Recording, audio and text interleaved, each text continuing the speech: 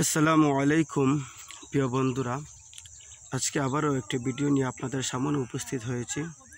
ভিডিওটা হচ্ছে সুদ ঘুষের বিষয়ে। প্রিয় বন্ধুরা, আমরা যারা সুদ খাই, আমরা যারা ঘুষ খাই, সমাজে আমাদেরকে ঘুষখোর বলে ডাকে, সুদখোর বলে ডাকে। সমাজের মধ্যে আমরা ঘুষখোর এবং সুদখোর নামেই পরিচিত। তো প্রিয় বন্ধুরা, যারা ঘুষ খায় আর যারা ঘুষ দেয়, যারা সুদ খায়, যারা সুদ দেয়, হ্যাঁ, যারা সুদের টাকা লাগায়, যারা সুদের টাকা নেয়, যারা সুদের সাক্ষী থাকে, যারা সাক্ষী হিসেবে দস্তখত করে, যারা ঘুষের সাক্ষী থাকে, যারা ঘুষের দস্তখত করে, তারা উভয়ই কিন্তু সমানভাবে গুনাহগার হবে।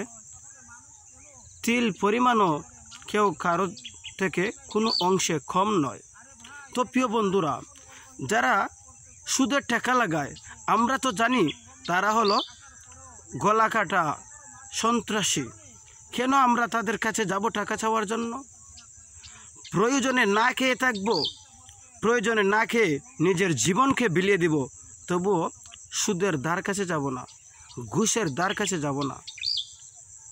সুদ হলো এমন একটা বিষয়, যারা সুদ খায়, সুদের গুনাহ এমন মারাত্মক গুনাহ যে নিজের গর্ভধারিণী মায়ের সাথে জিনা করার সমান।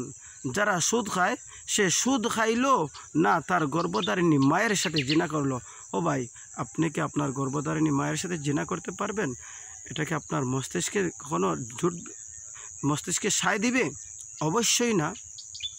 কারণ আপনি আপনার গর্ভধারিণী মায়ের সাথে যেভাবে জিনা করতে ইচ্ছুক নয়, ঠিক তেমনিভাবে আপনি সুদটাকেও বর্জন করুন, সুদকে বর্জন করুন, সুদ থেকে নিজেকে পবিত্র রাখুন, ঘুষ থেকে নিজেকে পবিত্র রাখুন। সুদ ঘুষ সমাজে এমনভাবে প্রচলিত হয়েছে যে সাধারণ মানুষ এখন মনে করে যে সুদ ছাড়া জীবন চলে না, ঘুষ ছাড়া চাকরি মিলে না, সুদ ছাড়া জীবন বাঁচে না, ঘুষ ছাড়া বিচার পাওয়া যায় না। তো প্রিয় বন্ধুরা, সুদ থেকে সুদ মুক্ত জীবন গড়ি, ঘুষ মুক্ত জীবন গড়ি। যারা সুদ ছাড়া জীবন চলে না বলে, তারা আল্লাহ না করুক, তারা না কাফির হয়ে যায়। যদি তওবা না করে, তাহলে কাফির অবস্থায় না তারা ইন্তেকাল করে। আল্লাহ সবাইকে এই বুঝ দান করুক, যাতে এই সুদ আর ঘুষ থেকে মানুষ ফিরে আসতে পারে। সুদ আর ঘুষ নামের এত জঘন্যতম একটা পাপ থেকে আল্লাহ যেন প্রত্যেকটা মুমিন মুসলমানকে হেফাজত করেন। আমিন। ওয়া আখিরু দাওয়ানা আনিল হামদুলিল্লাহি রাব্বিল আলামিন।